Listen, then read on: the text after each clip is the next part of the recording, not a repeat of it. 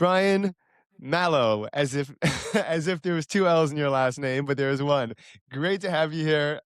Science communicator, comedian, obviously overflowing with enthusiasm and charisma already. Welcome Obviously. to the show. How are you? How are you I'm today? good. Thanks for having me. Yeah, I have a How did you million. find me? I Oh, was trying to avoid you. How did you find me? I found you with the assistance of Grok, um, where I Oh had no, I don't know if that's good or bad. I'm known to the AIs you already you are at by this the way, early I stage got of I got their my first development. call. Someone reached out to me. I found you using AI, and I'm like, "Oh, that's what it feels like." I see. Um, I had done an interview about a month ago with a nuclear physicist and stand-up comic named Kevin Hickerson, and he was I think he didn't as much try to focus on blending the 2 arts as much as pursuing them as, 2 different careers, and then ultimately chose to focus more on the nuclear physics and felt like he had more to, offer than, Sort of his in the Jekyll and scientific Hyde end. Huh? thing. Jekyll and Hyde. Yeah, One is a comedian by that's day. right. No, probably nuclear physicist by day, comedian by night. But why couldn't it be the other way around? I honestly, I don't know. I don't know. I kinda live my business life like that because most of my podcasting ends up being during the day. I do sales otherwise I work with my dad. You know what? So when I was growing up, way before comedy was an idea as a career, like I liked comedy, Mhm. but like when I growing up, I did have early comedy influences. Like I had George Carlin albums, Richard Pryor, Monty Python albums, and Sure.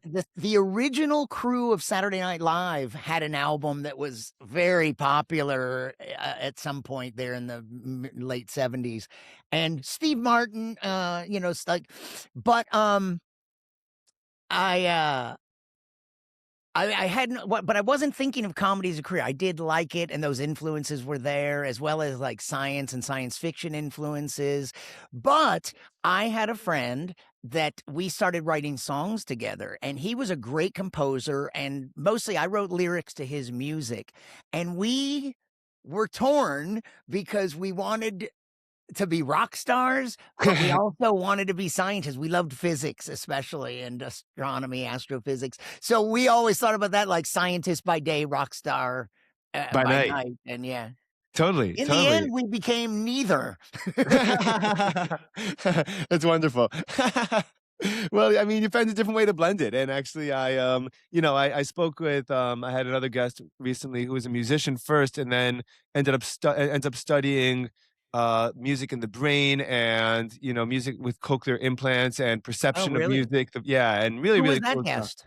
Her name was Karen Barrett, Dr. Karen Barrett, and, she's a trained classical pianist, and has been studying dementia and neurogenesis and creativity, and one thing that she recently did was creativity with kids, where she'd put kids in the fMRI MRI scanner, I guess, have, background music loop play, give them a keyboard and have them improvise, and let them play music in the fMRI scanner and see which Yeah, parts of their brain would light up and which circuits were being activated while they were improvising to interesting. study creativity. Yeah, like in a tangible way. Um, it was really, really cool. But she said the same thing. She goes, "I didn't know where my research was gonna take me. I just knew what I loved, and I just had to figure out how to put one foot in front of the next, and then you You get know, there." I've given talks to students, especially older students, high school or college, Mhm. and where I discuss my path because it was very nonlinear. It Yeah. wasn't like, "This is what I always wanted to be," and then I became it. Uh I was always good at science, but I was also good at writing. I liked both the science and the art, And the and performing, I then bet. what's that? And the performing, I imagine, right? You know That actually came later. I was kind of a shy kid. Like, I Oh, would yeah? get nervous if I had to stand up in front of the class and speak. So, although I had dreams of being a rock star with my friend, that was a dream, very fantasy based because I didn't have much stage experience. I did a couple like little plays or something, but I didn't have much stage experience until much later. So that's something I actually had to overcome later and get used to. But I didn't head straight into any of this. I was a great student, and when I went to college, I went to the university. I grew up in Houston Cool. mostly. Sure. Um, actually, so I was born I like saying I was born in Chicago. Okay. We moved down to Texas. Sure. Then, I went to California and then to, North Carolina, so I don't even know what that means, but, as a Jew, what is this? But that's the path I took. I hit the 4 corners of the country, kind of. But what I'm trying to say there is that, I was, at the University of Texas, I was in this liberal arts honors program called Plan 2, Roman numeral 2, Mhm. and I was pre-med at the urging of my Jewish parents, especially Jewish mother.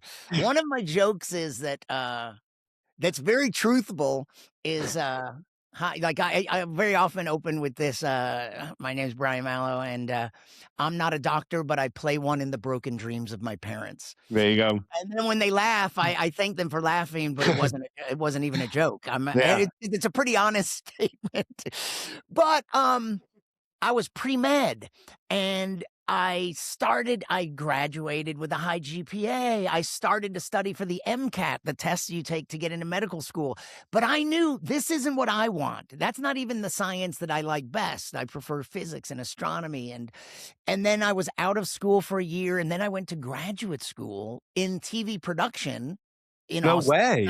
And I learned video skills. Wait. But What was while everyone's I was doing reaction? that, I tried stand-up for the first time. There was a funniest person in Austin contest, and I was ready to try it.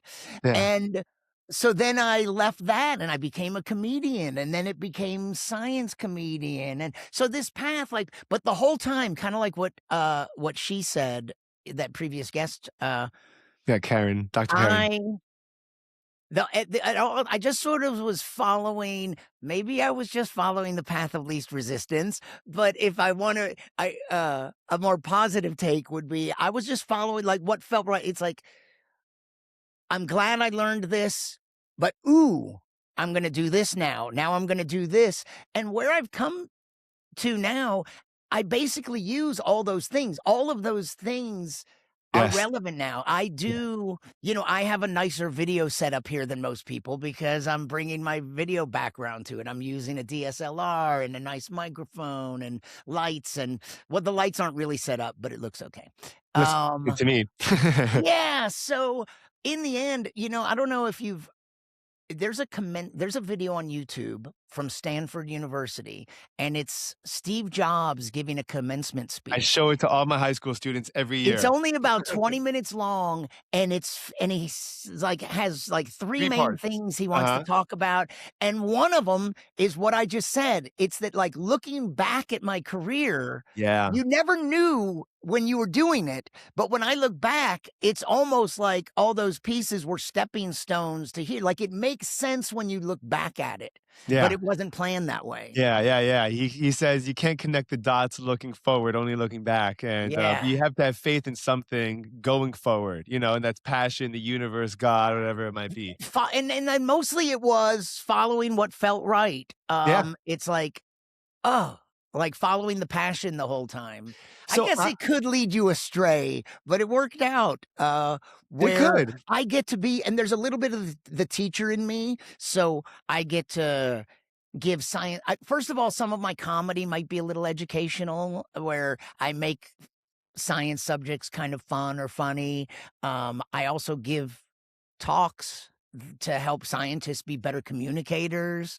Which is really Uh, important. yeah, so some gigs that I have, like, I love just performing comedy, but, like, in the summer, I'll have this gig in Germany, and then I'm gonna go to the University of Mainz, Maine. It looks like Mainz, but and as part of a speaker series, it's like the physics department, and they'll have, like, this colloquium, and most of their speakers are physicists. Yeah. But I will be giving a talk on science communication and my path maybe. And, so I get to use my video skills. What I do is both art and science Sure. and education, and it's just like it involves all these, like, the skills I've picked up along the way or developed. So yeah, I it's kinda think cool. I have a couple of thoughts and a couple of questions, follow-up questions. Um, First of all, the entire old school of Hollywood was founded on Jews in similar situations to you, whose parents wanted them to be doctors and lawyers, and they said, "Screw this, I wanna do something fun," and they ran off to California and just built I can make studios. movies about doctors. That's right, that's right. And the other observation that I actually that I had recently, and it's so cool to see this actually apply to you, is I think that creativity comes out best in people when they feel like they're being stifled. I think that that is whether you and that could happen, like, at a cultural level, like, with the whole counterculture world, the '60s, '70s, rock, jam bands, like, the psychedelic and hippie era, that was all born from a group of people feeling like disillusioned with the Mhm. world, suppressed by the world around them, and they were just trying to figure out a way to like be themselves, and like they Yeah. exploded into like this incredible, culture. Pros and cons, of course, but that happens to people on individual levels too, and to go from being pre-med, getting ready to go to med school, being a science-oriented person, like. I mean, I could even imagine old school Jewish family if their son came back to them and be like, guys, I hate to break it to you, I'm not going to med school. I'm gonna be a physicist. Like they'll be disappointed Yeah. on one hand. Like if they come back and go, I'm taking a year off and I'm going to movie to design to the film school. What was that react what was their Right. reaction? You know what? You just reminded me of several different things. The last thing you just reminded me of was many years ago, I saw there is a remake of film The Jazz Singer with Mhm, Neil sure, Diamond, and he was sure. supposed to, probably like his father, become a cantor, Right. but he wanted to be a rock star. And so, he had to break the family's heart. You know, uh, my father was an accountant, and Mhm. I think in a way, I had more like 100% support from my mother than my father, because my father is like, if you instantly became rich and successful at it, then he's all on board. Sure. But you know what? That was his concern, and I think my mom was more concerned that you do what you like. And so, um, uh, I know that was tough to it's like such a tease to begin to study for the MCAT and all this, and then go, "I'm not doing this. This is what you want, but it's not really what I want." And, that's a hard thing to do sometimes. People in general in all parts of your life, like, to not be bent by other people's expectations and to realize, "Ah, this is your dream for me. It's not my dream." Exactly. Mhm. Um and I hate to break your heart. Yeah. But 2 other little things you reminded me of. I remember I don't know whatever came of this, but I remember there was a guy a filmmaker in the Bay Area, and he was making a documentary about why there are so many Jews in comedy, way out of proportion to their numbers in the Sure, population. sure. Why do Jews dominate in Hollywood and in comedy in particular is what he was interested in. Mhm. And and then, that was always true, and in the recent several decades, other groups Yes. that are minorities, that have been held down, that have Yes. been persecuted, also rose up. You Yes. started seeing way more Black comics and Yeah. Asian comics and, just people of In color and America, other yeah. politically libertarian and right-leaning comics now, which, like, you could definitely say we're definitely considered a minority, especially in the corporate world or the, whatever kind of world that, like, they definitely like, for sure, and you see the same kind of rise now. It's So is crazy. there something there because you hear about and during the Holocaust or something like that sometimes some humor is born out of Yeah. being repressed or being torn. Like art in general, there's this idea that, art in general, any art form is that like, uh it comes out of suffering and pain and torture, and that if you had a really messed up childhood, and in fact, like I wrote a little joke about how I was never abused or even neglected. And like I feel like I could have been a much better artist, but I was never abused or neglected, and I blame my parents. Right. Because I could have been why didn't you took too good care of me. I could have been a greater artist. Yeah. Um Yeah. Andrew Schultz has a very similar joke where he says, "All I have to do to make," he goes, I'm happy I had a girl." He goes, "But it requires a lot more work because if I had a boy to make him great, all I had to do was just ignore him or beat him up every now and then." And he was like, "And then he would have been great, and that would have been the end of it." But And then so the thing that you said was about, like, where, like, out of the I don't remember your exact words, but about where what gives yeah, birth the to some feeling of of it. being suppressed, the feeling of Yeah. like depression leads to like this kind of needing to break out, and need to to explode, really. Well, I I've had the opportunity to do these a couple really interesting events with Brian May, the guitarist from Queen, who Ah. also has a PhD in astrophysics. That he was working on it before Queen. That's what he was studying. Was that in the film? Was that in the movie Bohemian Rhapsody? Rhapsody, yeah, I I think it think they may have been must have touched mentioned. on it because all of them were pretty good students Right, in different fields, right. and he was studying astrophysics, and he was really pursuing it. He had papers published. He had a co-authored paper in Nature, which is like, wow. Yeah, But that's then, yeah. like, by 1970 or something, he was getting pretty busy with Queen, and he put it aside. But when he was, like, 59 years old, that's the kind of guy he is. He completed his PhD.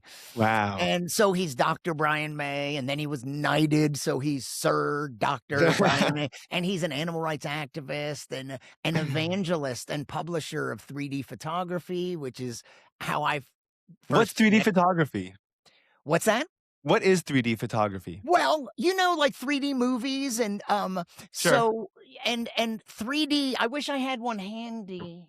I almost do, but before 3D movies, there were these classic, like, the stereoscope, where it's, this, like, maybe a wooden device, and you put your eyes up to it, and all it is a simple way of there's 2 images, Okay, and one represents the view from your left eye and one from your right eye, and okay.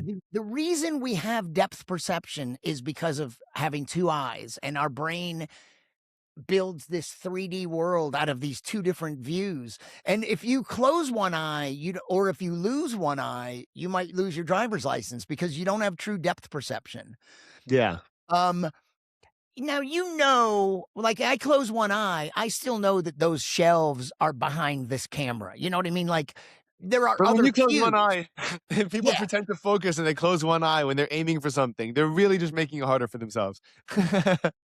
Yeah, that's an interesting thought, I don't know. But when you with 3D photography, what it involves is taking 2 pictures from slightly different angles, and Okay. then when you see, like, a stereo card that you would place in one of these stereoscopes, Mhm.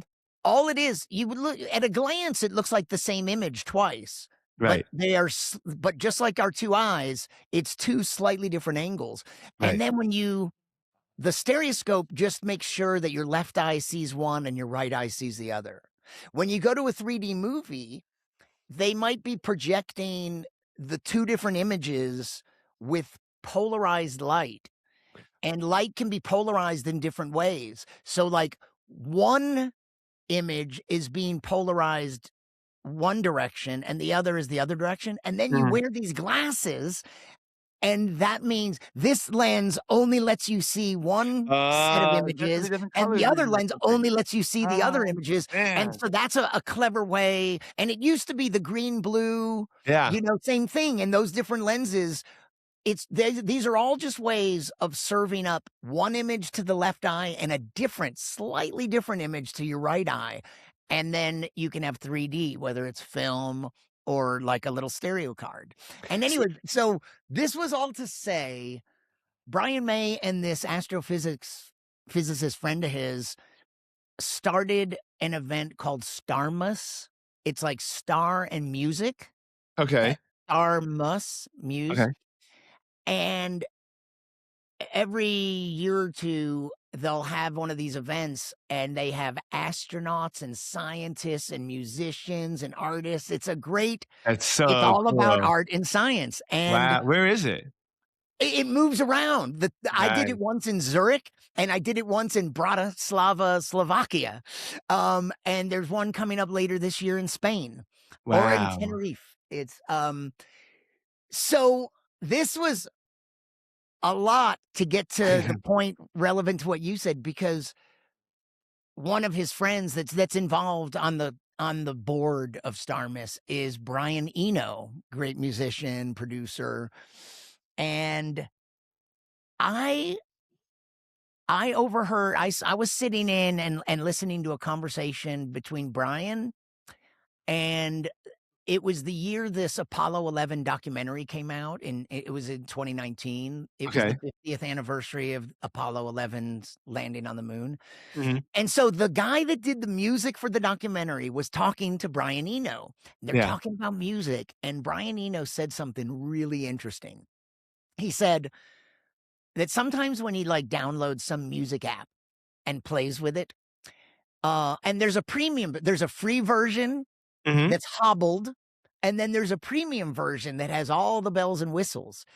He likes to start with the free hobbled version because it forces you to work within limitations. It doesn't do all the things the fancy version does. Let's see what you can do when we force these limitations on you before he goes and he plays with the full one. And it's like, it's just, you see the connection there? It's like, oh, like how can it force you to be creative by really limit, like if you were told you're a great artist but you can only use a pencil instead of all your paints, Right, or you can only use charcoal, or like all of a sudden, right. well, what can you do with this limitation? And you see what people do with all sorts of crazy limitations. It's incredible. It's really yeah, and and that's how you get some of the coolest inventions, and, but you need and this is actually something that I also wanted to talk to you about, 'cause I was running through some of the YouTube videos that you have, and one common theme I saw a lot was about the repeating the expression, about not growing up,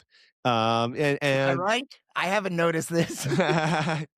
I saw that a bunch. It came up a bunch, and one of the things, but I think that, and a lot of the great creatives, the great communicators, the real, they always say, they're always saying things like getting older, but don't grow up, and like, and I think what they generally tend to try to say or imply is that growing up is more of a mindset of like, I get how things work, and like I've understood the world, and now I'm going to navigate within the world that I understand. And not growing up is still looking at everything like it could kind of be broken and put back together again. And it gives you a lot more room for play and for playful kind of, whether whether it's learning or science or different experimental forms of comedy or whatever it is that you're going to be doing. Yeah. You talk about some of the values of that kind of mentality and how yeah, why it's necessary to adopt it. Well, so interestingly, I when I give science communication talks, I usually call my talk a science comedian's guide to communicating science. And I draw from a little bit from my experiences as a comedian, but then also now years of being a science communicator. So it's not just that. But I started seeing all sorts of connections between comedy and science and comedians and scientists. So Okay. obviously, when you talk about not growing up, comedians are an obvious group of so immature and not good and always being silly and lighthearted, and but you know that's so a slightly negative, that's all, like, almost like, critical take on it. But there's also the not growing up and not losing your childlike wonder with the world, and Right. scientists are very much like that. A scientist might dedicate not only their career, but their life to, like, understanding, why does that bug do that? Why are look at that weird, like, noticing something that most people, when you grow up, you start paying attention to more important things like your mortgage and your children and your and you might lose that childlike wonder. You get hardened by life and all. But anyone that can hang on to that, you can have a little of both. Mhm. You can mature a little bit but still look at the world through these fresh eyes and the joy and the wonder of that childlike wonder. And so scientists, and there's this other connection that I feel like both scientists and comedians, um, see patterns and connections. Like, sometimes you hear a comedian there are different kinds of comedy. Like, sometimes a comedian says stuff that you're just like, "That's crazy, I've never heard anything like that."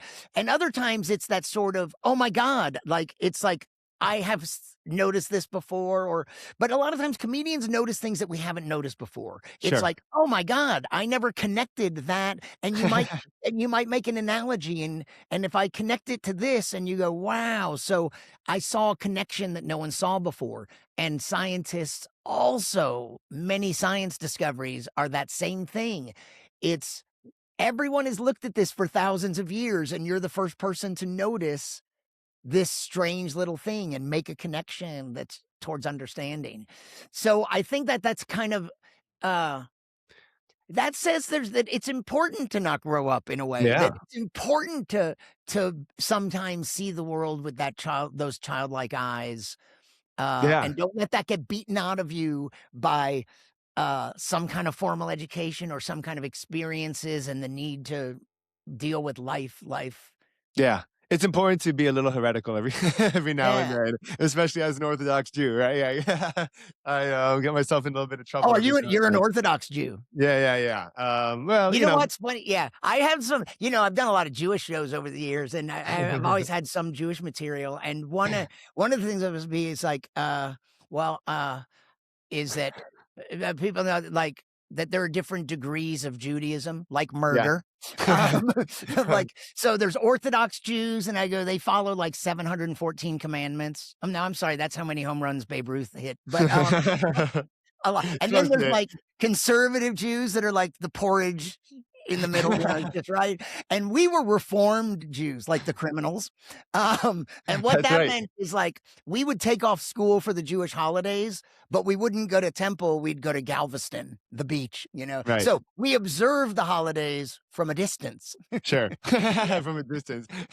From the beach. yeah.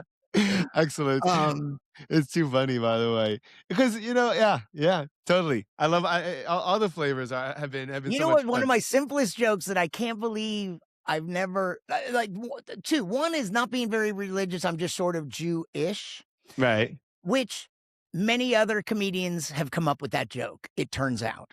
Yes. But one that's almost as simple as that, and as far as I know, I've never heard anyone else I tried to Perform that? research like, sometimes you go, see if anyone else wrote this joke before, and it's that, 2 Jews walk into a bar mitzvah.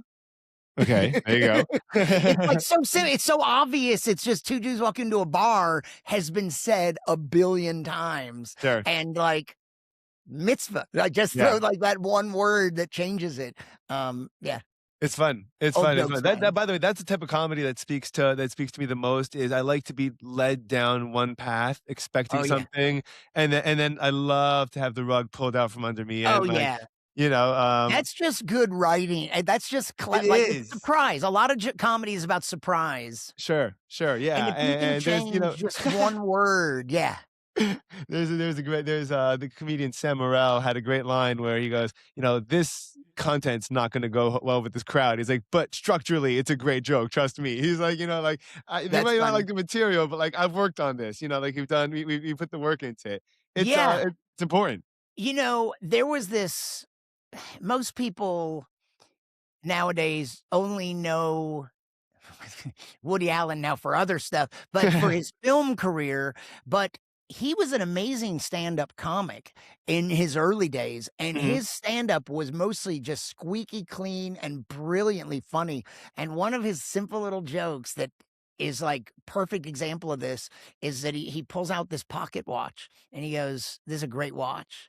My grandfather, on his deathbed, sold me this watch." And you're like, what's great about it is, like, you hear what he's saying, and then you're like, you know what he's gonna say. He's gonna say his grandfather gave him so you totally know what he's gonna say, and then one word switches the whole thing, Yep, and that's right. that's brilliant writing, and one other example is, there was she's still around, I think it's crap. Is it Elaine Boozler or oh, I might be confused. I think it was Elaine Boozler. Brilliant joke where she said, "I have no kids." Well, at least none that I know about.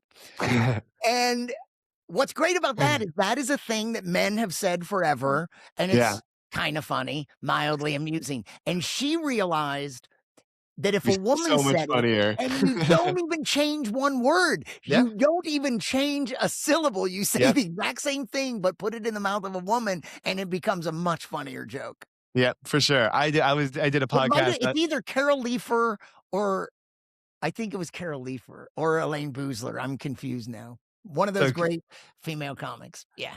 I was saying I did a podcast with a gentleman that's a Bob Dylan scholar last Really? week. Yeah, really cool. We had a lot of fun. I never did an hour and a half talk of just about Bob Dylan, but it turned out to be more fun than I thought it would be. And one thing that we talked about was and he writes about this actually in a book that he wrote, but that the voice and the way that it's said has everything to do like, he basically was discussing delivery, and obviously to stand-up comics, it's one thing, and to musicians, it's almost the same thing, but in a very similar tone, you can say the same sentence 5 different ways, and I learned about that in Shakespeare class because, we in college, I was a creative writing literature major, and I'm in my Shakespeare class, and I'm not looking forward to it because I was in the degree for the writing, not for the literature, and, and then I s and then the teacher made, like, 5 or 7 different people get up and deliver the same line in their own way, Yeah. and that's when, like, that's when my whole perception of what writing and performing just immediately shattered, and I was like, Right. this d and then I have a uncle that used to work for ABC, and so he used to get screenplays sent in to vote for best script, and he'd give them to me, and I'm reading these screenplays, and I'm watching the movies after I read them, and I'm like, "This screenplay was so much better, what are you talking about over here?" But, like, Right. it's all about the delivery, and it's all about the way that you embody, and not only are you embodying the idea, but you're also turning it into your own thing, and then you're sharing that with everyone else as well, the way that you're gonna deliver Yeah. these jokes is coming through like, who Brian is, like, it's, like, flowing through you, and I'll say the same line, but, and I'll try to embody you, but end up doing it my own way, and, like, Right. that'll hit totally differently, and that's what makes things fun. There was this great independent film called Passion Fish. Okay. I think John Sayles might be the director, but Passion Fish and that McConnell, what's her first name? I don't know if you ever watched Battlestar Galactica. She was the president or something. No. I can't think of her first name. But in this, there's this scene where an actor is describing an audition, and it was just one line. And they were like really obsessing over how to say this one line, Right, right. all the different reads, the line, it must have been a UFO thing they were auditioning for. And it's like, I think the line is, "I didn't expect the anal probe," and they're going, "I didn't expect the anal probe. I didn't expect the anal probe." You know?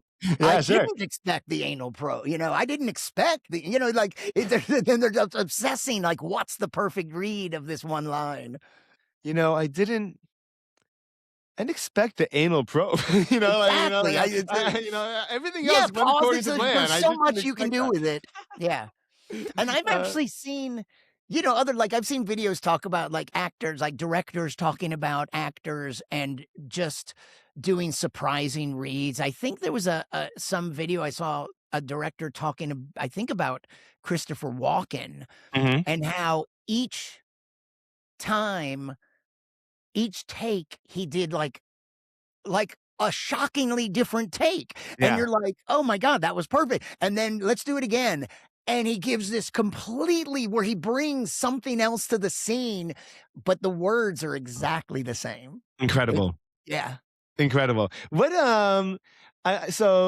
Speaking of heresy, which is how we even got here, you Finally, a gotta. subject no. Yes, well, I mean, I think most creative people have a healthy dose of heresy to them, and like, why can't I do it this way? A little bit of defiance in that kind of way, and I think that what you said is extremely true. that scientists and stand-up comics have to both have, this real different way of looking at things, but they're in stepping in line with one another.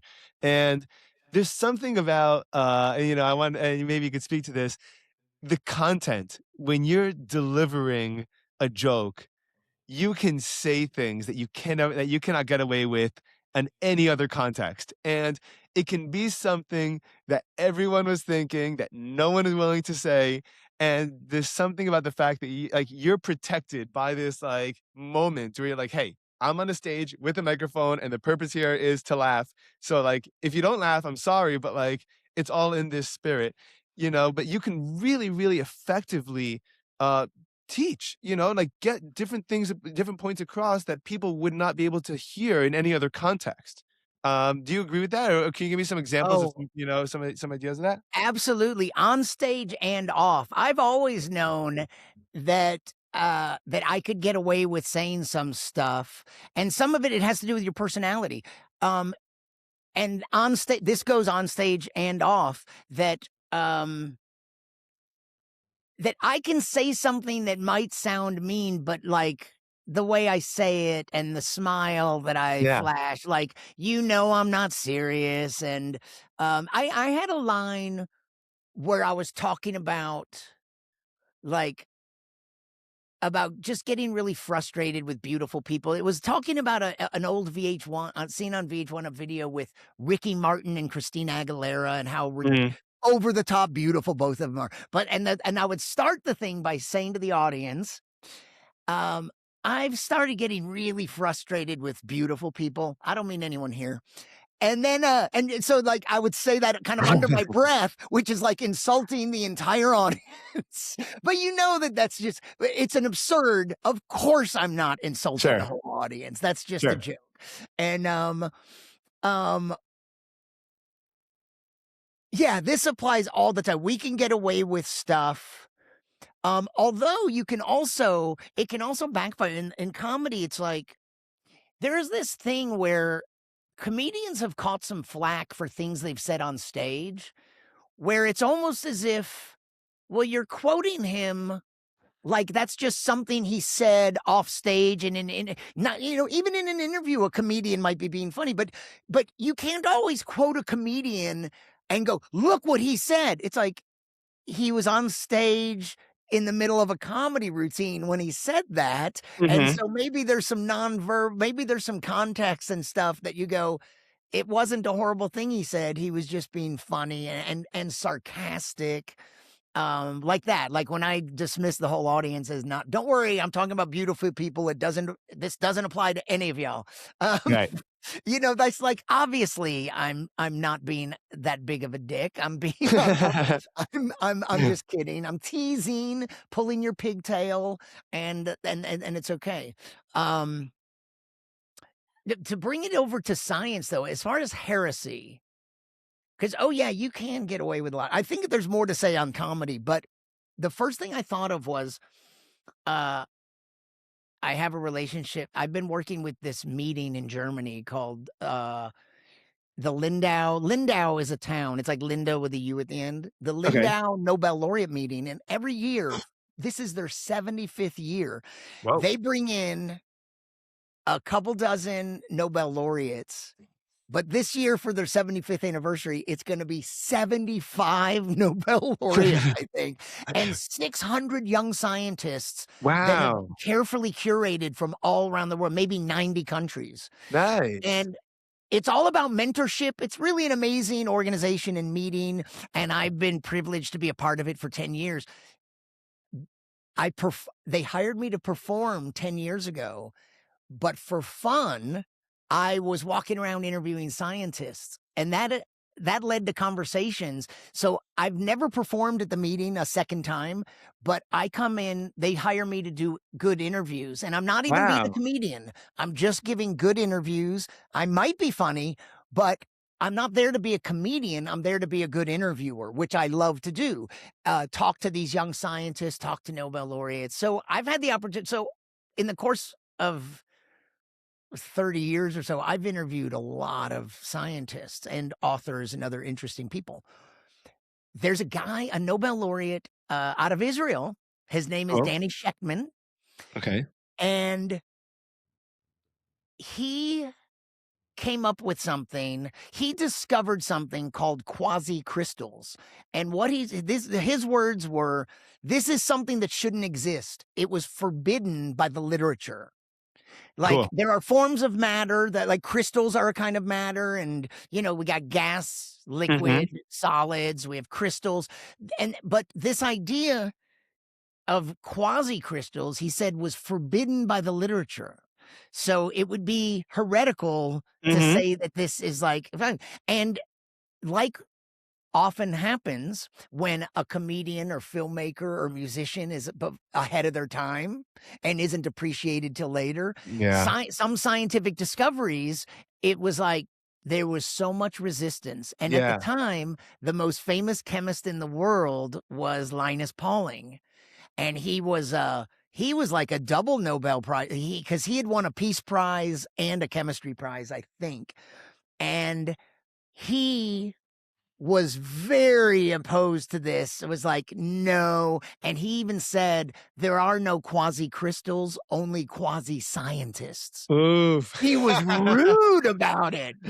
And Woo! and then he had the nerve to die before Danny Shechtman was validated and won the Nobel Prize. He He got turned the out to last be word right. in. Yes, He he checked did, out but first. unfortunately, Pauline wasn't there to have it rubbed in his face, but he's like, how rude to say of some young scientist, and he was wrong, and he Yeah. was wrong, and Yeah. so, yeah, so he had this heretical idea and it turned out to be true, Yeah. against all this resistance that he had to keep pursuing the research when I'm sure he was told, "Stop this line of research, you're wasting your time." Yeah. So that brings me to, I think, a really important and relevant question in today's world, which is that institutions are like objectively pretty much have collapsed as far as public, trust of them have go. Whether it's universities, whether it's public health, whether it's government, like no one seems to like banks for sure. Obviously, like no one trusts like anyone or The really health anything insurance anymore. industry. Yeah, it's a dangerous place to be. A dangerous place to be nowadays. From a patient's perspective or from a management perspective, and and there's and I think one of the reasons why is because the institutions had overplayed their position of authority, and the people that were quoted as heretics for a lot of things, you know, are turning out to have turned out to be correct, and like, there's great memes going on the internet of like the 2016 conspiracy theorists and like 2024 news or 2025 news trying to catch up with them and all this cute little shtick. But how do we how do you think you could people can be discerning about like an idea that's really interesting, even though it's heretical, or idea that's heretical because it's lunacy and craziness? Because that's really going to be the real issue that I think that everyone's coming up with AI and and social media and like this collapse of faith in any kind of objective institution. Like, what do you got to do? You think it seems crazy, doesn't it? Yeah, this is a terrible challenge these days. There is so much misinformation out there, and, with the rise of social media and all these platforms, it's incredible. It's this thing that each new technology, we think about the promise. How television, oh my God, it's going to revolutionize education and the world and all of this. And in some ways it does. But then there was this. I have a line I wrote that is like, unforeseen consequences are very hard to predict, Yeah. by their nature. And the thing is, they come with that. They're like, you go social media right at the beginning. It's like, oh wow, some of these platforms, it's like you can connect with people, you know, maybe you're into some little niche thing and in your town there aren't many Yeah. people into it, and all of a sudden you found your people spread around the world thanks to this platform, whether it was email or a social media platform and a group. So there are all these positive aspects, but holy crap, we've seen from previous elections all the way it could be abused for spreading we live in a world where there's really bad actors spreading bad information on purpose Yeah, and everywhere. By the way, I wanna make it everywhere. clear, both spectrum, literally everywhere. It's And crazy. then even short of the really evil bad actors, we have other people in like health science, so much misinformation and anti-vax stuff and flat earthers and moon landing deniers, and where somebody with a microphone starts speaking authoritatively on this subject filled with misinformation. And Yeah, yeah, it's very problematic because so often something I notice about conspiracy theories is that so often when you don't know better and you hear one of these yeah, conspiracies, you're like, "Oh, wow, oh, it sounds very compelling and it could be true." yeah, Um, but then when you hear someone explain like yeah. the moon landing ones are very frustrating. It's just so and part of it is like most older people, like, it's a newer phenomenon because an older generation that's my age or a little older, we were all there for it and experienced it, and now you have young kids who think we couldn't possibly have had the technology to do that, and it's like, "Yeah, we did." I know it seems like it was ancient times to you, but it really wasn't, and we could do things like this, like some of but like one of the dumbest moon landing ones is I'm sorry if you're a moon landing denier, No, I'm but not. one is about they'll go, "How come in all these photos on the moon, you don't see the stars?"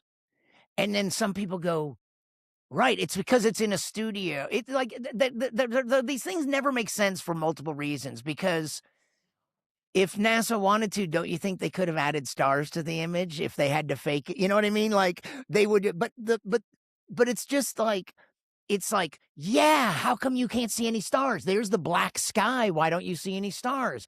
And but and it sounds compelling if you don't know a single thing about photography.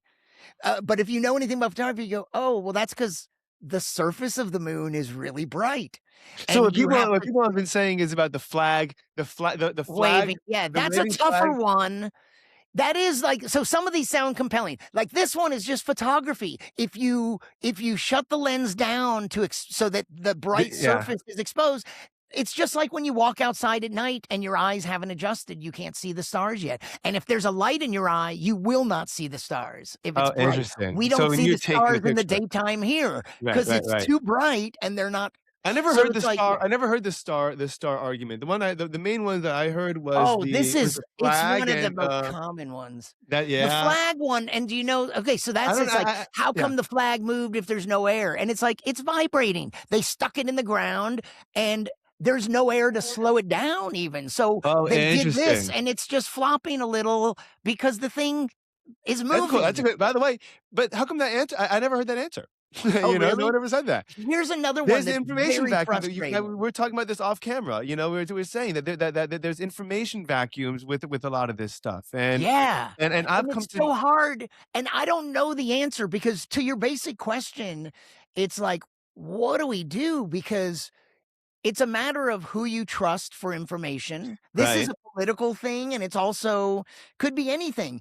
If It could be you anything. if you decide Anthony Fauci is evil and a liar, and then it's like, whereas the entire scientific and medical establishment think he's an amazing guy that's done all this good, and these other people think he's supposed to be in prison. It's like somebody's wrong about this. Yeah, but there's objective ways that you can measure that, right? Like you can match up the word to the record. You can like there are ways that you can like do basic fact checking. And I think what you're saying is correct that people tend to jump to political conclusions before they even bother doing that type of homework. And so you just say you kind of hop on a bandwagon and Yeah. say Fauci's good, Fauci's But bad. it's like, who do you choose? If I choose to trust this YouTuber, then it's like same with But climate that goes back change to and my stuff. statement. People That goes back to the decide original who they're gonna question. trust. But that goes back to the original question, which is that with the collapse of institutional faith, right? Because people have been feeling let down, then Yes. like how do you then how do you know which institutions are BSing because I certain ones know. certainly do, and there's certainly no question about that. How do and again, the best things that conspiracy theorists can possibly have is evidence because then it validates their case. I say this, it drives me crazy about Candace Owens' show in particular because I think that I don't have patience to listen. The two or three times I've tried, the thing I've noticed that really struck me was she dissects information remarkably well and puts it back together incredibly poorly. So she's really, really good at like poking holes, examining things from different perspectives. That inquisitive mind is very, very valuable. The question is, how do you put the pieces back together? I listen, and especially now because Israel and Judaism and everything has been in the limelight of society, really, really in the last couple of years. I listen to people go on different podcasts, Julian Dory or Joe Rogan or whoever it is, Lex Friedman, and you hear people say things, and as an Orthodox Jew that has experience with the Orthodox community, I'm like, again, the premise of what you're like, there is like grains of truth in what you're saying, but like I don't know where you're getting this information from and who's teaching you this, and so and only when I noticed how strongly the reality deviated as far as, like, Judaism goes from, like, what the way that the information was being presented in the public was the first time that I really said, I could really see how people are really fooled by conspiracy theories because they're Yeah. grounded and dressed up and even presented with some with truth. There is some truth in some of the information, but it's just not true, and Yeah. the shards of evidence doesn't put it all together necessarily. There's a good point in there is that, um, the best conspiracy theories, they start with this little nugget of truth, Uh-huh. but then they veer off, but Yeah. there's this little bit of truth at the beginning, and, like, one of the Right, like with other the flag, you said that's a good question. When you said the flag, that's a good question. That's a little yeah. bit of truth. Good question, right? Like good That's statement. the There thing, is an so many answer, of right? them, when you hear them, you go, "Oh," another one is that the shadows on the moon, Yes, that's what I was gonna ask they're you not about all too. parallel, Yeah, and you go, "If there's only one light source, the which is the sun, sun, then they right? should all be parallel, but this is in a studio, and that's why." But you know what? There's this that sounds so compelling, Mhm. but you apparently haven't looked very carefully at shadows on Earth. I'm They're not a not all photographer. parallel. Like, first of all, topography has an effect, but more importantly, it's perspective. When you look at a highway Uh-huh. and the two sides of the highway seem to get closer and closer in the Sure. distance, Yeah. those lines don't look parallel, but they are parallel. And the same is true. Like, I've seen someone demonstrate this with the lines in a parking lot. Okay. That if you look at them from here, they all look like they converge, and Yeah. that's perspective, and then if you take a drone and fly up and look directly down, you'll see those lines are parallel, but from Uh-huh. the angle you're looking, they're not. But when you hear this, you go, "Oh my god, you're right, all those shadows, there must be more than one light source." Mhm. No, it's like, it sounds so compelling, but you didn't realize, no, no, look carefully at Earth and you'll see the same thing. So, It's like so our conversation, Brian, I think this is so great, and I think this is so important, right? Because there was two we just had between in the last 10 minutes or 5 minutes, two of the same conversations, but one is going to win people and one's going to lose people, right? One of them is saying one of them was your argument, for example, with Fauci was like, all this entire scientific community trusts this guy, and like a bunch of YouTubers don't trust him.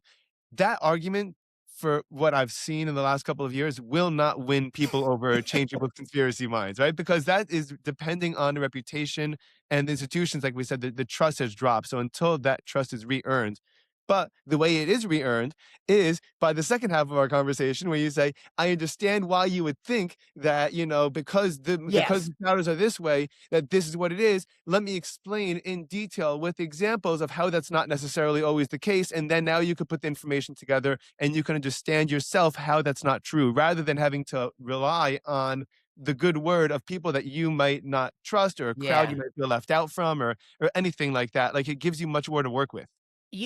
Two things about that. One, is that Yeah, it's a shame that we've lost faith in the institution, or don't, let's not say institution, but expertise. It's Yes. like, Yes. so okay, some of these flat earthers, you're telling me that you think you're smarter than Einstein and Stephen Hawking and Isaac Newton. You think that your knowledge of the universe and physics, and on top of that, I love thinking this. It's like most of these people, I'm not being mean when I say, you know, you weren't good at science in school. That's obvious from what you've written here. It's very obvious that you weren't good at science. You didn't like Uh-huh. science.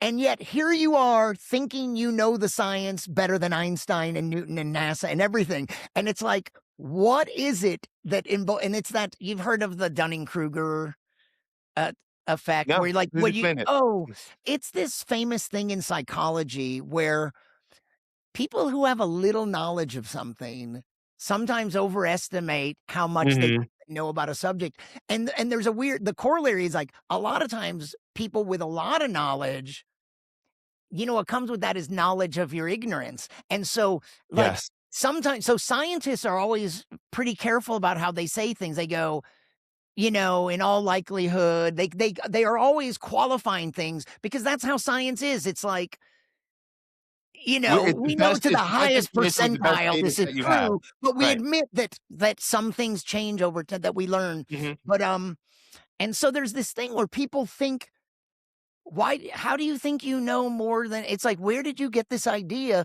And I know you were bad at science. Here's a good, let me tell you one other moon like, space denier one, Please. because it's so funny to me, but not fun. I don't really mean funny, it's frustrating. There's this thing, have you ever noticed that every almost any rocket launch that's going into orbit, the rocket takes off, and then it's going up, and then at some point it starts Curves. curving. Yeah. Well, the flat earthers and science and moon landing deniers and space deniers, they all say, "That's proof." It's like, "Look, it's curving and it's going to land way over there. It's gonna go land I never somewhere heard that out of argument. sight." That's what's so funny. And here's the irony is, oh, you're not understanding a very basic fundamental thing about orbits and rocketry. If you go straight up and then cut your engines, you'll fall straight down. What an orbit is, and we've known this since Isaac Newton, hundreds of years. Like if you shoot a bullet at a certain speed, it'll travel pretty far and then fall, and it's Mhm. falling the whole time. Right. If you shoot it faster, it'll fall farther away from Right. you. Right. And Newton realized if you shoot it fast enough, that the rate that it's falling, the earth is curving or under it. If you shoot it fast enough, you'll hit yourself in the back of your head. It'll keep going. And that's what an orbit is. An orbit is about the sideways motion. The reason every rocket does that is because you have to achieve a certain, like 17,500 miles an hour sideways. Right. That's why they turn sideways, because that's what an orbit is. So when you maintain, when somebody says, "That's so stupid," you, people that understand go, "Oh my God, But why don't people this just is fun. respond by This is explaining that the way easy. you This is just the way hundreds you of did years it? old science. This is basic. This is what an orbit is." And you're misunderstanding it. And it's frustrating. So why is that not just the answer every time? Like, I think that because It I think is, but they never learn. But also, here's the other thing I wanted to say that you pointed please. out is like, for science and for communicators in general, science, health, medicine, anything, you know, sometimes when people are against GMOs or people are against this or any new technology, you have this, there's a tendency to berate them and go, "You're stupid for thinking that." And that's not going to win over Anyone. someone. But what you were saying is like, you go, "Oh," like I would say, "Oh, when I tried this, I went into some Facebook groups that are flat earthers, It's dangerous. and I went in optimistically thinking that I could Oh, educate someone. no. And so here's what happens. Yes, every time that happens, you have Okay, you people. can't do it on the internet. I don't mean the internet because the Yeah, I internet's a know. dangerous Well, I know. place. But what happens is it ends up degrading into, well, you're just stupid. No, you're Yeah, stupid. yeah, yeah. Sheeple, you're stupid for believing this. But I would get excited and go, "Oh, you don't understand what an orbit is and what an interesting, beautiful thing," because like the moon is orbiting the Earth Yeah. and or the space station is orbiting the Earth. And it's like they're falling the whole time. You know how some people think when you're up in the space station, you're beyond Earth's gravity? You're not beyond Earth's No. gravity. Earth's gravity holds the moon. The sun's gravity holds Pluto. You know, it's like you're not beyond gravity. You're in free fall. The moon is falling towards the Earth, but it's also moving sideways, so it's always missing. And Oh, that's wait. what's so it's this beautiful thing. The space station or the moon is endlessly falling around the Earth. So it's always in a state of free fall because it's Is it getting it falling, gets but closer it's though, no? moving. Does Well, it gets no, because for Oh, because the sun's every pulling it back out? what? I'm sorry. I wanna just make sure I'm understanding how things work for a Yeah, second, right? So far yeah. what you're saying. So you're in Earth's orbit, and Earth is the huge mass that is keeping you kinda sucked in from drifting out to space forever, right? Maybe? Well, yeah, I don't understand. yeah. I'm asking to make sure I understand correctly. I'm asking, yeah. Well, yeah. Well, here's what would happen if all of a sudden you turned off the gravity. Gravity, yeah. What the moon or the space station would do. This is Isaac Newton's laws of motion that an object, if it's not acted on by any force, it'll either stay Continue, right. motionless or in motion, uniform motion. So if you turned off the gravity, what they would do is here they are orbiting. As soon as you turn it off, they would just shoot off in the direction in a straight line. But what's It happening is they Yeah. want to move in a straight line that way, but the Earth is pulling them down. So So you need they're propulsion. moving really fast and bending, and they're constantly being Uh, pulled uh, uh, towards the uh, Earth. uh, uh. So it's falling, but it's missing because of that 17,000 for the space station because it's different at various heights. Gotcha. So at the station's level, about 17,500 miles an hour sideways perfectly matches the speed you're falling at. So you're Uh, always uh, uh. falling, but never getting closer because you're always just skirting around. And so an orbit is really this beautiful thing. It's this balance, and you are and you think so. That's why they like. How do you escape orbit? How do you get out of orbit unless Oh, you then have some kind you of have to go a little artificial faster. thrust? You Yeah, have to so go a unless you little have some kind of faster. propulsion. But how do other objects unless, for example, stuff collects in orbit and then it becomes heavy enough that they could break off on their own? Or that doesn't happen? Like, how No, does anything wait, like what do you mean by that? let's say hypothetically we're going, you have garbage, massive Yeah. junk floating around Earth, right, in Earth's orbit. If over time it kind of like got built up, right, became heavier than the individual parts that were orbiting, could that new weight, that new mass, be collect enough speed or inertia, I guess, to break out of the orbit? The only way, see, but the thing is, something would have to affect its speed. You would have to add a force. So something would have to push it, Well, the new um, weight would be the to force, no? yeah, no. Not enough. Uh, it's all moving at the same speed, and yes, it's more massive, but So how do you get it's not space adding to its velocity. I see. I see. And so how do things end up traveling through space? That's through explosions and stuff like that? Oh, yeah, there could be many things, but so the Artemis 2 mission that just went to the Yeah, moon. yeah. First, it went up into Earth orbit, and it did a couple orbits around the Earth, and they tested some stuff out, and then when they wanted to leave Earth orbit, they burned their rockets again, Yes. and then that Right. gave them enough speed that now they still weren't completely detached from the Earth, just like the moon isn't, Right. but it put them in a different path where this path could go all the way out to the moon and around it and then back to the Yeah. Earth. Here's another one of the conspiracy things. They're like, how could that rocket be carrying enough fuel to go all the way to the moon and back? Yeah, that was a question that people asked. But you know what? But it's a very simple answer. They're Yeah. not burning fuel the whole way.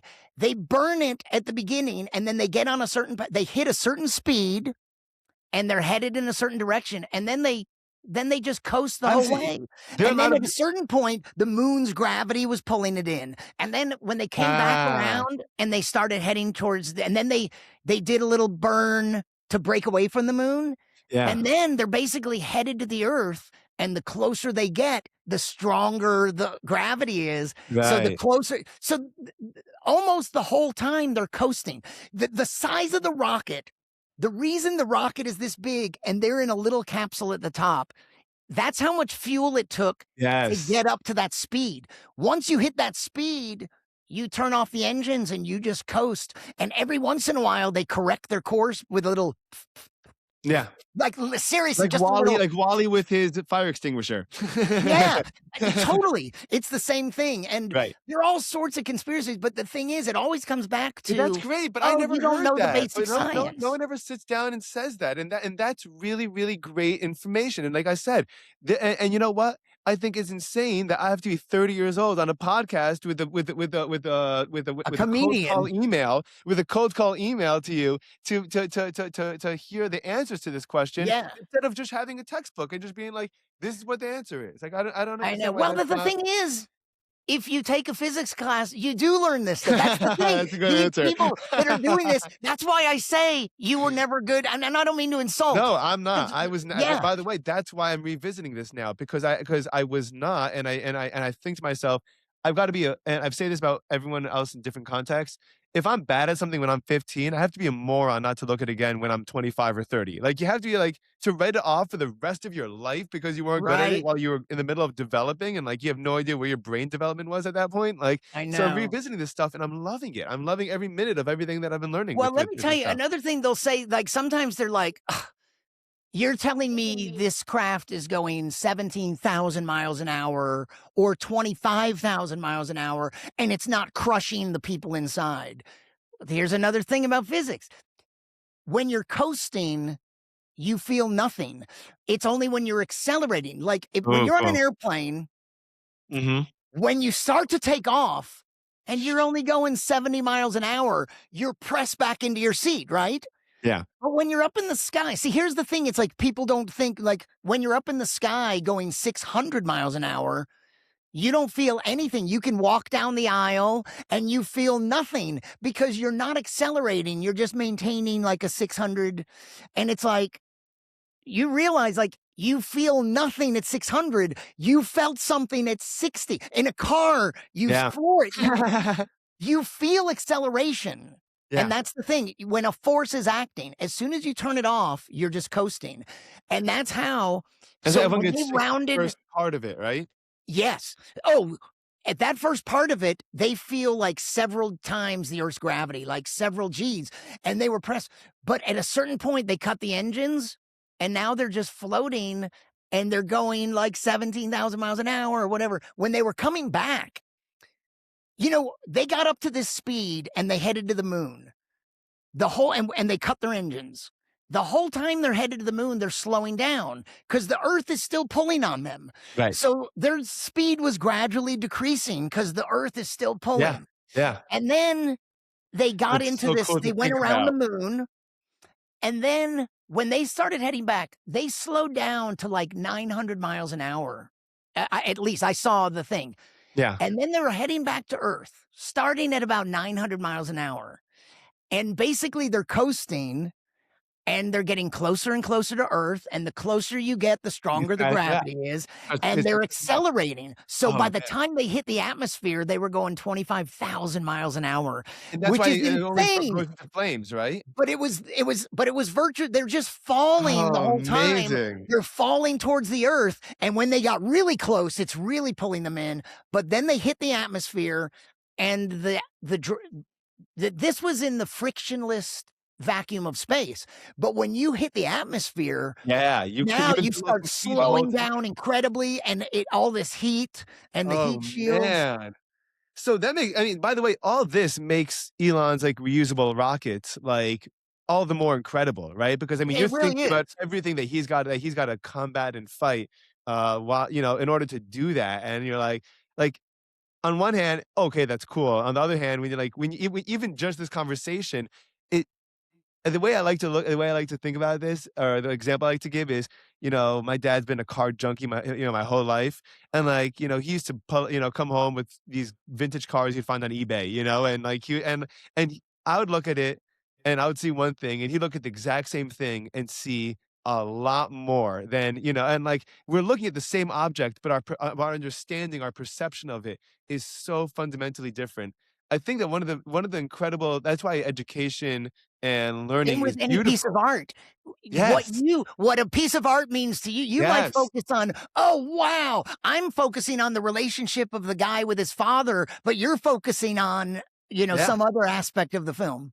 Yeah. Yeah. Incredible. Incredible. And so I think so that yeah, I think that there's tremendous value in even having these conversations because it gives me a whole new depth of understanding and appreciation for stuff like this. I have two questions I wanna ask you because I'm having so much fun with this. Number one is we know oh man, there's so many ways to go. We know that it takes a long time. Our technology, what we're capable of is far greater than what we've implemented into society, right? Um, what do you think the process is like to implement new science into society? Because again, people kind of almost have this a little bit of inherent pushback, or there is pushback to new things, new technologies in particular, especially if old ways are threatened. And two, youth. I have a 3-year-old and a 1-year-old. Uh, what do you think the odds are that they'll be in space throughout their lives based on where we are and where our potential is? Because and the two questions are bridged by the fact that I'm sure we could get there, and I'm sure that, we have, between nuclear energy, robotics, AI, like the way that the pace that we're growing and developing, it's really just going to be a question of are we implementing it in time for this generation to really be able to kind of explore beyond where any of us have ever been before? Yeah, I hate like we should move beyond the flat earth moon denying thing, but everything connects a little bit to it. And one of the things is people are always like, "Oh, right. We went to the moon in the 60s and we never went back. Why?" and all these things. And it's like because it's insanely expensive. Like the science Well, not with alternative energies. maybe, but well, right now we don't have anything that compares to burning rocket fuel. Like maybe nuclear power. There might be some new technology, Magnetics, but for nuclear. now, to get up into space now, private enterprise, SpaceX and others have helped bring down the cost of Yeah. just getting to orbit. But going to the moon, it's the funny thing is, like the science and math was worked out a long time ago. It's an engineering problem. Like sometimes we're like, oh no. It's like where they think why it's so funny that it's like, this isn't hard. You can just do the math. If we burn this much fuel for this long, we'll hit this velocity and then we can coast to the moon. It's like the actual ideas were worked out, but the engineering and Yeah. pulling it off, that's hard and it's expensive. And the reason we did it in the 60s because we were in a space race with Russia and we were trying to outdo each other. So the problem with so many things is this isn't a science problem. That's As far as the interesting. science goes, we could go to Mars and the moon all the time. It's a Yeah. political problem. It's what are we willing to spend money on? And it's the same thing with income inequality. Sometimes people are like, It why are you makes wasting no money on sense. NASA when you could? It's like, you know what? If they cut NASA's entire budget tomorrow, it's not gonna help our healthcare because that's a political thing. The money isn't being allocated that way. Yeah. But it's not because of NASA Yeah. or the environment, it's a political decision. That's So interesting. that's Well, the yeah. problem. It's really It's interesting. like, wow, our future could be astounding. Your kids could be yeah, We have to maybe remove the space or shackles. We it have could our be so shackles on. yeah. But I it it's the it has to example be do we have the will and the political will to like, "Hey, let's spend the money on that instead of" if just think if we took that military budget and we put it I towards would going to be Mars, we'd thrilled. be at Mars tomorrow. I would be thrilled. I'd be thrilled. But, the way that the example that came to my head while you're describing this is, you know the amount of time it takes to come up with a great song, right? To be creative with the song, and then the next day it turns out that it's really easy for every other kid to play, right? But you still got to learn how to play an instrument in order to play the song. So you can have the song can exist, the riff can exist, the tabs or the notes can all be there, but someone's got to learn how to play the instrument in order to actually bring it back to life again. That's it. Um, Yeah, that's an interesting analogy. I like it. Thank you. I just thought of it while you were saying that because I think it's Yeah. really what it is, because one of the things I learned was, like, I'm watching, I picked up guitar when I was, like, 24, I think, and I'm switching to piano, I hope, I've always felt more of a connection to Do it, it. but Do both, but keep the guitar I'm going. gonna do for sure, but one thing I learned was, like, these riffs, Norwegian Wood by the Beatles, right? And I'm like, I love that riff, and I'm like, "Oh, that's pretty easy to play," and I'm like, but imagine coming up with that riff, and then, like, I had to learn guitar for 3 years before I could even think about trying to replicate it. So, I Yeah. think that, everything, there's no shortcut to greatness, there's no shortcut to success. Just because it's been done doesn't mean that it doesn't require more effort to be replicated, right? Like, the Yeah. same way that it takes to learn something like that.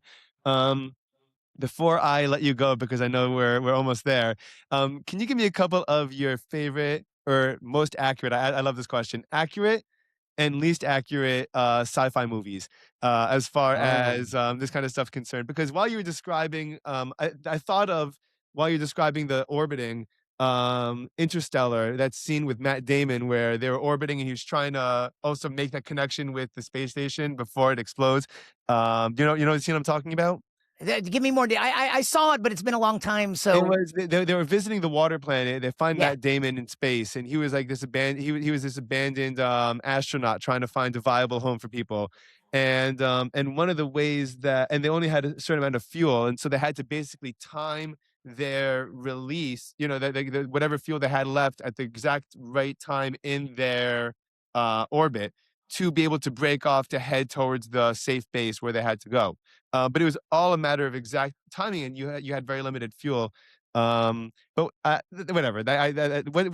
Your opinion anyway. Your favorites and least favorites as far as accuracy and least accuracy. well, there's a lot to this because I've been a science fiction fan forever. Uh I don't know if that's technically a true statement. Maybe not forever, huh. but since very young and growing up, the science fiction that I gravitated towards the most was where it's often called hard SF, hard science fiction, but not because it's hard.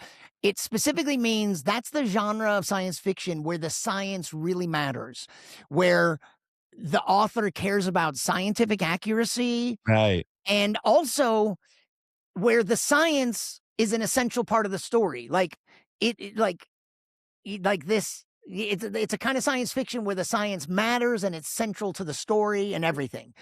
And so I was reading people like Isaac Asimov and Arthur C. Clarke and Robert Heinlein and and I liked this science fiction. I wasn't really into fantasy Hmm. and this other stuff. But then as I got older, I started discovering some other writers who it's not about the scientific accuracy, but it's like, "Oh my god, what an amazing book." Philip K. Dick and a guy named Roger Zelazny who wrote a kind of fantasy and science fiction. Philip K. Dick was this amazing writer with the weirdest mind, and what made his stuff great, it wasn't the scientific accuracy. So, like these guys and there's newer people like a guy named Joe Haldeman and Robert J. Sawyer are some guys I know that are great modern science fiction writers who they care about the science, Sure. um, and fantastic stuff. Um, and then but I discovered Philip K. Dick, and you go, "Oh, it's weird." Like, do you remember, like, a lot of movies now have been based on his stuff, like Total Recall, Hmm. Blade Runner, Minority Report, and I a whole love bunch of Minority others. Report.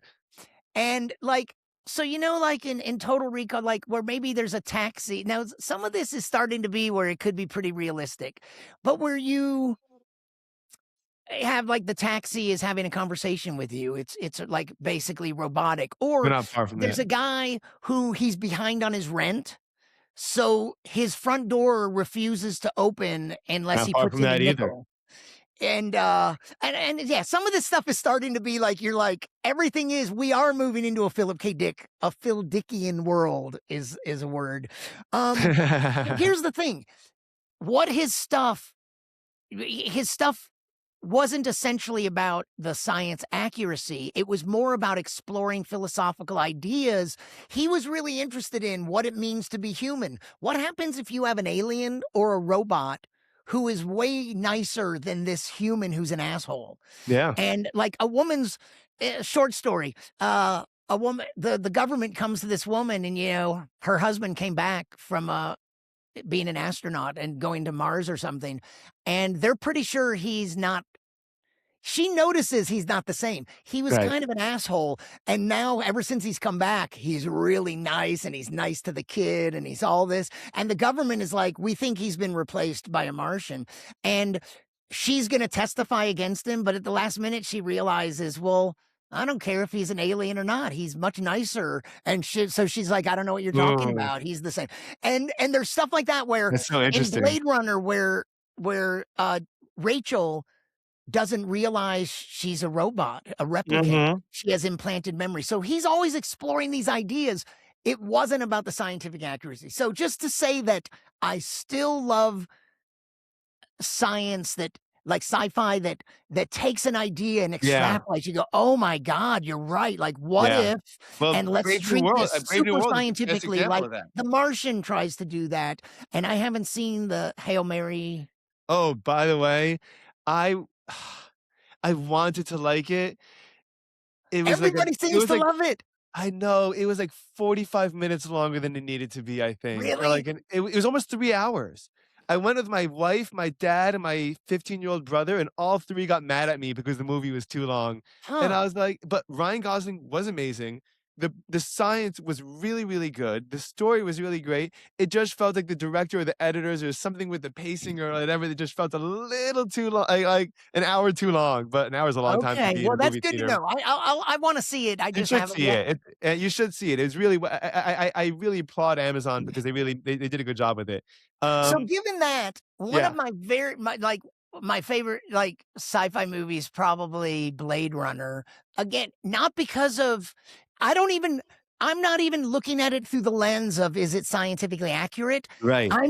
You're just immersed in It's a the world building. world that is so amazing, Yeah, visually stunning, and yeah. then you have these artificial people that are indistinguishable or even better than humans, and it's just like the script is beautiful, and it's just like, so it's not about the scientific accuracy. Another one of my favorites is Galaxy Quest, which I think is the funniest science fiction film. I don't think I've And ever seen it. you've never seen Galaxy I Quest? don't think I have. Put it on your list. It's for the whole family.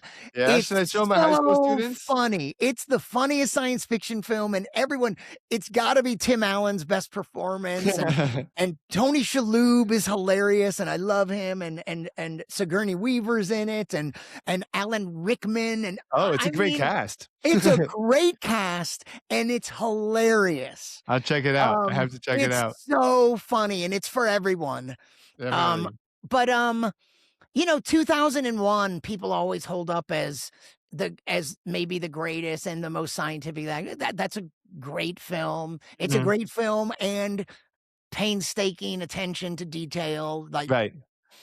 I but like then what you were allowing saying. for this AI that goes kinda crazy Yeah, with that's a little scary, but conflicting that's a little bit more I prefer space stories to rogue AI stories What are personally. some of yours? Like, do you have an answer to that question, or is that just a question for me? Um, I loved Interstellar. I Yes. really like the way that you described that you appreciate the world building and how like science catches up with the science fiction, part of life. And like the thing that always jumps out to me was like Brave New World, where like the genetically modified humans of like separating classes before they're even born. And I mean, you think about the world today, and it really, really, really is it's not far off from being and Aldous Huxley wrote that before there were computers, like, I mean, I don't even know when he wrote that, but, Yeah. he wrote that, like, in the 30s or the 40s, I think, something like that, but Interstellar. Interstellar, they had really good, science consultants, including the Nobel Prize winner Kip Thorne. And so the visualization and the company that did the visualization and stuff of the black hole, they were painstaking in trying to be accurate there.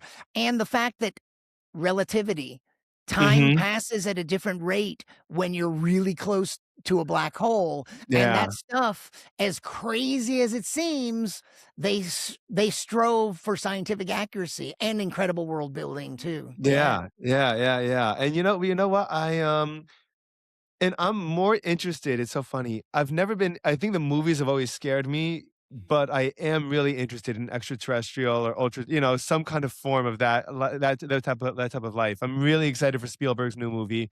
I'm really, really looking forward to it. Which Um, movie? Spielberg has a new movie coming out called The Age of Disclosure about, Oh, does he? yeah, and, my last question I wanted to ask you was, do Y you think can I say, but right before is that I left out a sci-fi guy Yes, that please. I loved so much in the '70s and '80s, Larry Niven. His stuff, he was a mathematician and he had there's always black holes and neutron stars and all this astrophysics stuff. But then, you know what?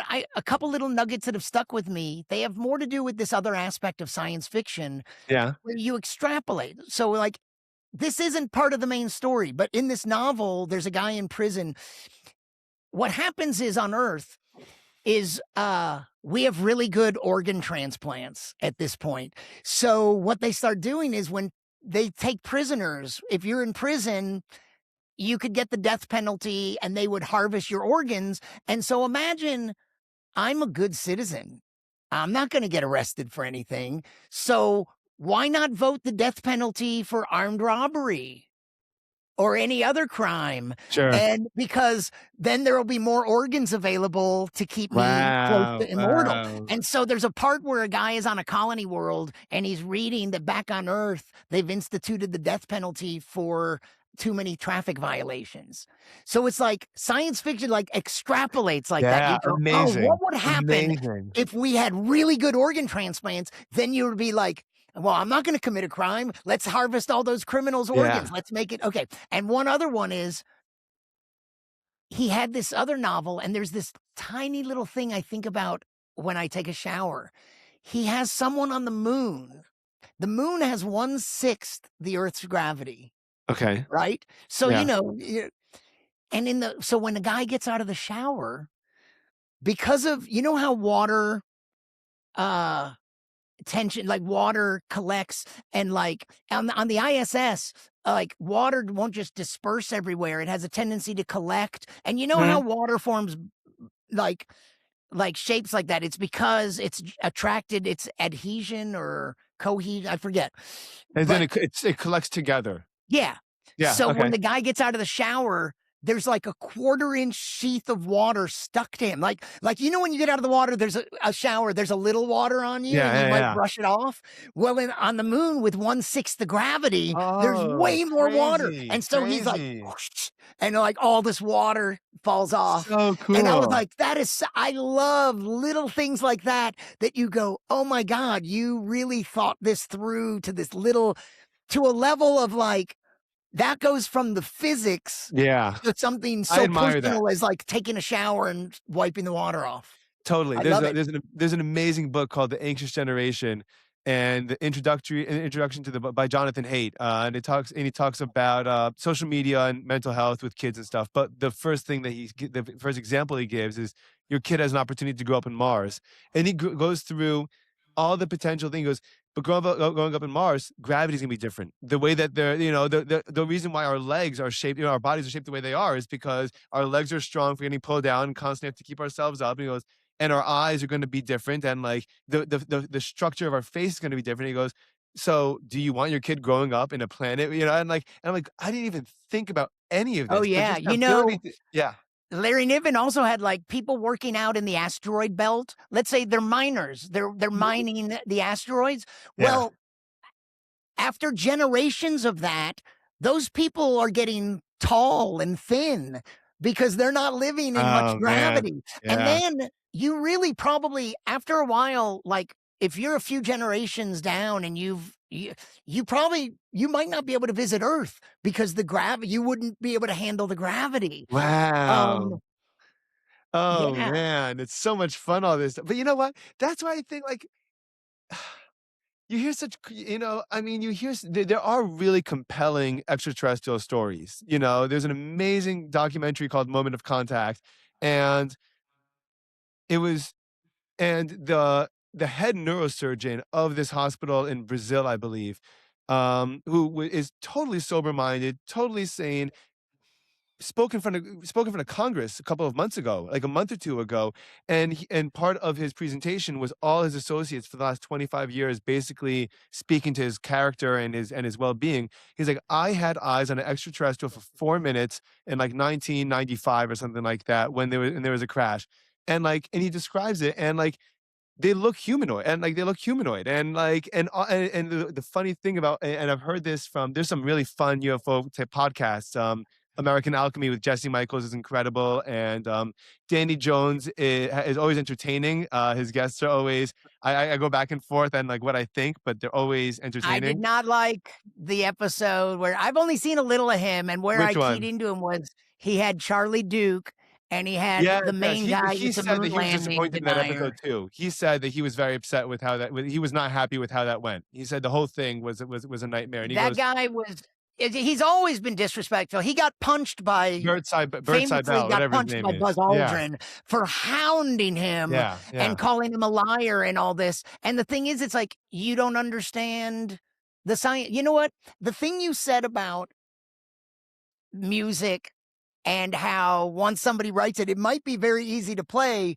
if Uh-huh. you've spent Play the 10 years instrument. learning how to Yeah, play. yeah, yeah, yeah. And it's the same thing with the science stuff. It's like, oh, wow, you seem interested in the subject. Why don't you actually try to learn some science and then you'll know which stuff, oh, that I was wrong about, but here I'm still wondering about this, learn the Yeah. science because when we're in these flat earth groups, some of the time you're like, it's so frustrating because you go, oh, I don't even know how to talk to you because clear it's as if you're talking to someone and you're talking about baseball and they keep talking about the quarterback or what quarter of the game is this? And you go, this person doesn't know the first thing about baseball. And Right, he's right. like, you're like, absolute like, and you go, "Oh, I don't know how to handle this even," because Yeah, it's like he does clear not you're acting like you're an defend expert, but you don't know what you're talking about. Yeah. he does not defend that debate. He was like, "That debate," he goes, I love the idea." He goes, "In theory, it would have been so much fun." He was like, "It was not a performance that I was happy with." But, I I think I want there's a website called Kalshi, and Polymarket. These are live betting, based on different events that people think are gonna happen, right? So, what are like 70% chance that, the war with Iran is over, within the month or not. I just made up that number. I'm not sure if it's true or not. Right. But, I think I think according to Kalshi, a bunch of months ago, it was up to, I think, 70% or I don't know if I'm making up a number. It was a high number, higher number than I would have expected that Trump makes an announcement, uh, basically acknowledging and recognizing that extraterrestrials and UFOs are real. What are the odds you think that happens? Do you think it's going to happen before 2027? Yes or no? I don't think so. Um, Would you be surprised if it did happen oh, yeah. My here's because of the politics or because of reality? Do you think in reality they're not here? Or you think that politically the president of the United States is not going to get up and say, "Hey, there's extraterrestrials, hanging out in society among us." well, here's the thing. I've been interested in the subject of UFOs since I was a little kid. Okay. So we're talking like 5 decades. Okay. Well, so sometimes I've seen people recently, like younger like journalists, Sure. like popular people talking on YouTube and stuff. And I want to say that a lot of them are younger and they're very optimistic that because you keep hearing people coming out that it's like we're on the edge. There's the Age of Disclosure the Yeah. You should documentary. watch Yeah. it if you haven't seen it, by the way. I It's really haven't fun. seen it yet. So the thing is, some of them, Bill Maher is convinced 100%, absolutely. There's no question that they're real at this point. And it's like, that's overstating the case. And here's the thing,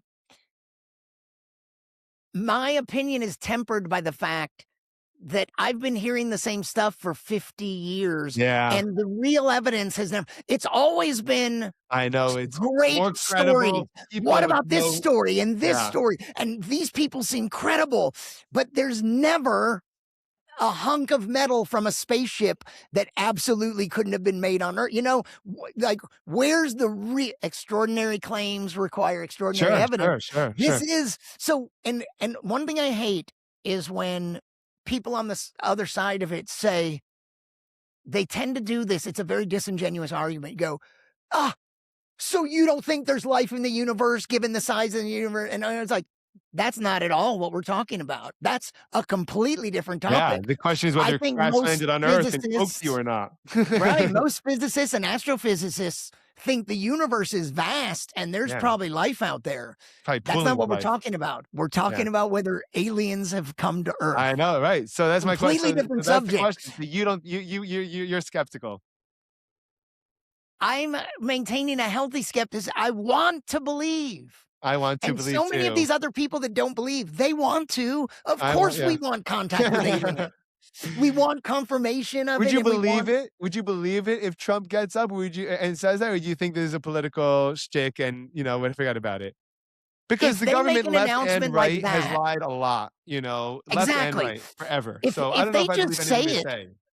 if they just say it and they don't provide any new evidence, Forget about it. then I'm extremely skeptical because at this point, show us the evidence. Not a video, not a black and white tic tac video that people have Yeah. debunked pretty reasonably where, yeah, it looks like it's moving fast. That's parallax. Just like, you know what Well, I mean? Like, I think there are. I believe there are, and not even just American, but all over the world. There are military. There are like military records and documentation. They're keeping up with these things moving very fast. We have no evidence to say that it's necessarily extraterrestrial, as opposed to some kind of, maybe maybe, weapons but development or whatever.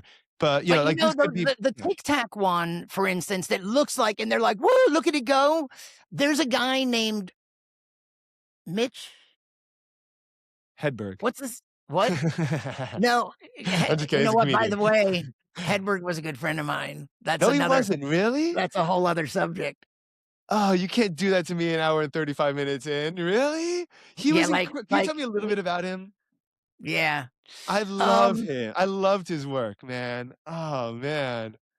How'd you know him? So I first met him. We were working at a comedy club in Wichita, Kansas called Sure. Slapsticks with an X, STIX, Yeah. Slapsticks. Funny comedy club names. He was the opening act. I was the middle act, and then there was a headliner, No and we way. worked a week together. And so comedy clubs typically, let's say it's a show like a 3-act show and everyone came from out of town, Yeah. typically either give you each a hotel room or they keep an apartment. Like sometimes it's better for them if they just keep an apartment and you share an apartment. So I Right. lived with him for a week while we worked this club. We really hit it off. We were both living in LA and we just became he was one of my best friends for years. We had a little bit of a falling out and we got a little estranged as he got into drugs that were a little beyond the drugs that I was interested in. So, um, he separated himself from people he had been close with, you Yeah. know, That's common and behavior. which I've makes heard. sense, Yeah. because it's like, "Why are you doing heroin, my friend?" Yeah. Um, Heartbreaking. so, we just hit it off. We liked a lot of the same stuff. We were both into music and comedy Was and his we just personality similar to his stage performance? Was he like kind of yeah. that like deadpan, like deadpan but like twinkle in his eye goofy kind of style, or was he that was just the way he performed, do you think? Yeah, like a lot of people, I would say, and especially it evolved because I met him early enough in his career where he didn't command the stage as much. Like he was a little shyer and not as on. But over those next years, the Uh-huh. writing was always really funny. And then he got better and better at commanding an audience. Yes, yes. And so he became stronger. But when I met him, here's one of the reasons we became friends too is that he was easy to follow because he was very low energy and subtle and clean. So I got gigs where I was headlining and I could bring some, so I would bring him. He became more famous than me, but for a Yeah. while there, I brought him on gigs, So and then cool. later I middled for him as he headlined. Wow. Um, but that's why we traveled. I was in so many places with him and had so many adventures. Um, so I would say that, like maybe this is true of a lot of us. Like what we are on stage, some people are a total character on stage. Other people, we strive to be ourselves on stage, but it might not be exactly how you are off stage, like a distillation Yeah. of your best self or something. So, like the way he was on stage, there's a little bit about his delivery and everything that's maybe it's a little exaggerated, but I think that The essence is it's there. yeah, the essence is there, and that, that's his sense of humor, and, here's something about him, he might say, the F word, like, he might have cussed on stage sometimes, but one thing you might notice is he never had any bodily function humor, like, no fart jokes, Yeah. nothing like that, and this is very unlike most men. He didn't like that off stage. Like he wouldn't make, you know, I know plenty of people that would make guys that would make fart jokes off stage, but maybe they don't in their act, or Yeah. maybe they do. But Yeah. Mitch, it's like, nah, he just didn't like that kind of humor. And so, like, he might cuss, but he didn't tell fart jokes off stage or on stage. That's good. I'm He happy to wasn't hear into bodily that. function humor. He liked his weird thoughts and a lot of Yeah. times about just minutia, Kit Yeah. Kat bars and That's right. M&Ms and koala bears and My neighbor knocked on the wall because the music was too loud. He said, "Go yeah. around." I don't know My what's on your my side. It's only a wall here. I know, one of his classics that I just think is an amazing joke structurally Uh-huh. because out of nowhere, it doesn't just have a regular setup and then a punchline. It just starts with, "I think Bigfoot is blurry. That's the problem." It's not Yes, I so love the that first joke. I think Bigfoot is blurry. 5 words. No setup like, "Hey, when you see those videos of Bigfoot, Yeah, how he's yeah. and, like, a comic might write a joke this way and go, "Well, what if it's because he's blurry?" But instead, those 5 words, boom, hilarious punchline, and then everything he says is funnier and funnier and funnier. Maybe, that's the problem. It's not the photographer's fault. Bigfoot is Right. blurry, and That that's extra ah. scary, yeah, and it's just like, that joke structurally is so funny to me. So as you're performing something like that, because that joke, especially, is what aside from being brilliant and funny, will take the audience a second to understand that that is the joke, right? Like, there's always the delivery, and then it's like everyone like you could see it hit them. You see it like dawn across their faces and dawn across their eyes, like, oh, that's the joke. What is it? What do you do to deliver that joke in that, like, pause time? Do you like, is it like a performance where, like, you hold? Is it like is it like, do you have, like, a like, what do you do when you know that a joke is gonna take a second for the audience to get?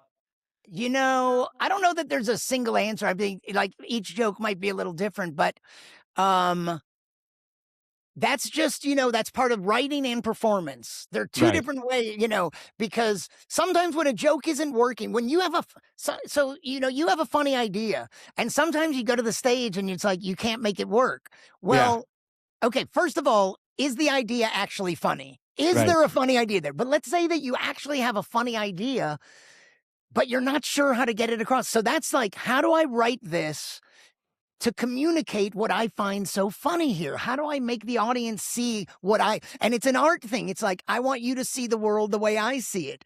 I, Mhm. I'm looking at this and I'm finding it very funny. You don't yet. But so I got to find the right words. And then also delivery can make a huge difference. It's like, Yeah. what can I also do to communicate this idea? Um, I watched Mark Norman's new special recently on Netflix, and one thing that I noticed, and he always did this, but you could see he's kind of taking it to a new level as he, matures as a comic, is he holds poses for punchlines and he does it really well with like a lot of body language. And so like if he's saying like a line that he knows is going to get resistance to, like he almost like plants himself in like I'm gonna stand up for this joke kind of way, or like, whoa, didn't mean to take you there. And like he'll do these things that bring you in with him to Yeah. like, so it's not just the content, it's the you're literally drawing people in. And one thing I noticed, my wife and I went to see Tom Segura in the Hard Rock, and every motion, every time he rolled one of his eyes or both his eyes, they all 5,000 people or 7,000 people, wherever it was, every single eyeball was watching that eye roll, and you felt it in the room, and you're like, this guy is not only a writer, this guy is like the most skilled performer. Like he is like, Right. it's incredible to watch. So I Yeah, so totally I get what you're think Mitch saying. has both of those too, because a lot of his jokes, they're just so funny. You can just read them on paper and they are funny. Others, maybe they're not as funny, but his delivery helps make it Yeah, funny. I don't know, yeah, like, but, yeah. I really love so many, like, the simple ones of, like, when someone hands me a flyer, it's like they're saying, "Here, you throw this away." It's just so simple, and I was just listening to he had a really old one about I think he had a paper route or something, and he goes, "I was supposed to go to 2,000 houses or 2 dumpsters," which is almost related to that other one, or, I like to play tennis. The depressing thing about tennis is I know I'll never be as good as a wall. Right. It's like the some of them are just so, um yeah, some of them seem jokier than others. Some just seem like it's just a sentence, but it always plays very funny. Yeah, definitely, definitely. He's definitely a great for sure, and it was a tragedy that he died. So yeah, he died Well, way. you'll be happy to know, a guy who's well, now he's a friend of mine, Jeff Siegel. There's a documentary that's almost finished. Oh, sweet, so That's exciting. sometime maybe in the next year or something, we'll see it somewhere, a major Mitch Hedberg documentary. Okay, that's I'll really be in it exciting as to. well as, uh, an unbelievable he interviewed everyone, so he interviewed everyone, so Uh, it'll be a I'm fascinating I'm looking forward to it. That's gonna be awesome, Brian. This is so much fun. I would love to have you back sometime in the future because I sure. really had such a I know, blast. I think we ran out of time, there's so much more to talk about. I was about to say, we ran out of time, we went overtime, but I love this is what these are the conversations that I love having. These are the podcasts that make me wanna keep on going, and, Excellent. I It really was fun appreciate your talking to time. you. This is a ton of fun. Thank you so much. Okay.